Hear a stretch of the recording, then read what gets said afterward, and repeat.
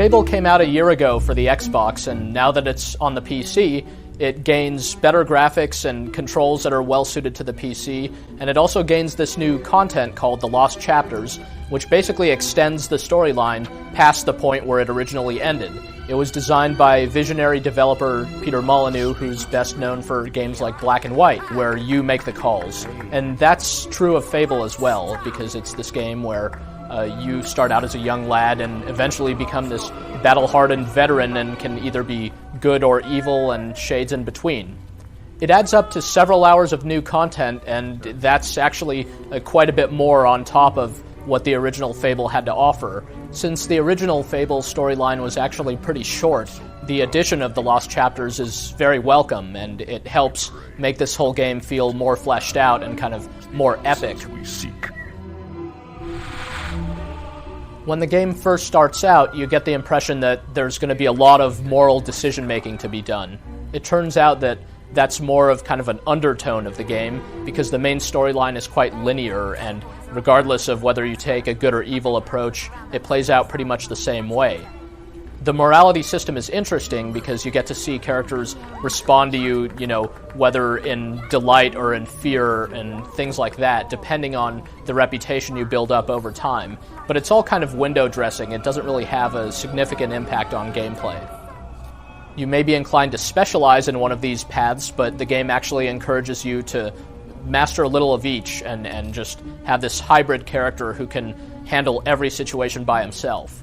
There's a cool leveling system where you can really build up your character however you like, but you'll definitely want to kind of dabble in all the different paths, especially in magic, since there's certain spells that really make the combat quite easy and make even the toughest battles in the game relatively simple. Nevertheless, the combat in Fable is actually pretty fun. It's got a good, solid feel to it, and lets you do a lot of different stuff and go toe-to-toe against a number of different enemies that are actually pretty smart.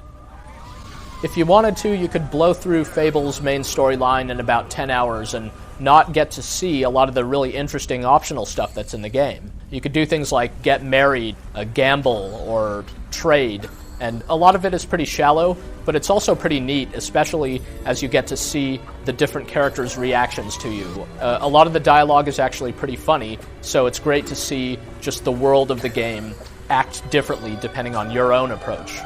It's also great to see your own character evolve over time. It's really interesting to look back and realize that he starts off as this kid, and later on you'll look like this battle-scarred old veteran. So that all happens very subtly, and it does really contribute to the sense that this game is going for this epic feel. On top of everything else, Fable's just a beautiful-looking game. Whether it's how your character ages over time or whether it's the environments, it's hard to decide which aspect of the game looks best, but pretty much the whole thing is really impressive to take in. The voice work throughout the game is excellent too, and there's a really nice soundtrack kind of setting the whole tone for the game.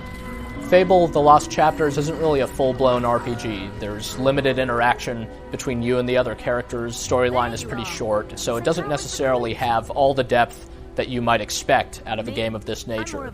Even so, the world of the game is just so imaginative and memorable and often funny, and there are just so many little surprises all throughout the game that it's definitely an entertaining experience, and it's well worthwhile.